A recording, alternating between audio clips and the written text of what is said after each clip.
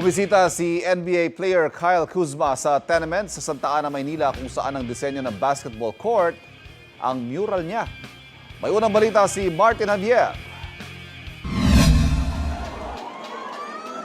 Mga kapuso, nandito tayo ngayon sa tenement sa Santa Ana, Manila dahil balik bansa ang NBA player na si Kyle Kuzma sa kanyang ikalawang balik sa Pilipinas. Magandang umaga! Wow, this is amazing. Thank you guys all for being here. Nakibonding at nakisaya ang player ng Milwaukee Bucks sa isang komunidad sa Maynila.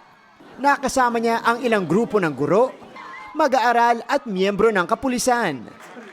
Ang local government naghanda ng munting programa para i-welcome si Kyle. We are honored and grateful to the team who brought Kyle in our neighborhood.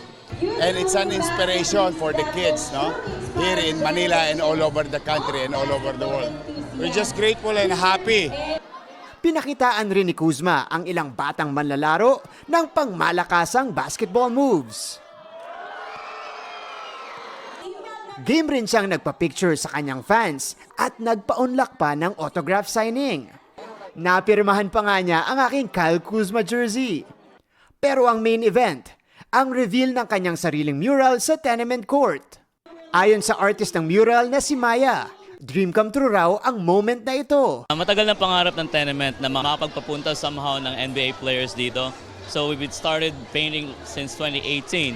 Tapos after 7 years, ngayon lang natupad yung pangarap na yon. The inspiration of that being Kyle, being in Manila, and sharing the love for Kyle being here in Punta Santa Ana tenement. Si Kyle, matindi ang pasasalamat sa kanyang Pinoy fans. What do you think of the Filipino basketball fans here? Unbelievable. This is an amazing event. I'm just happy to be here.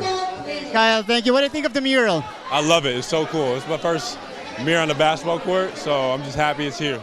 What do you think of your second time here in the Philippines? It's even better, even better. It's even better than last time. I love you guys. Keep working hard, dream big, and never give up.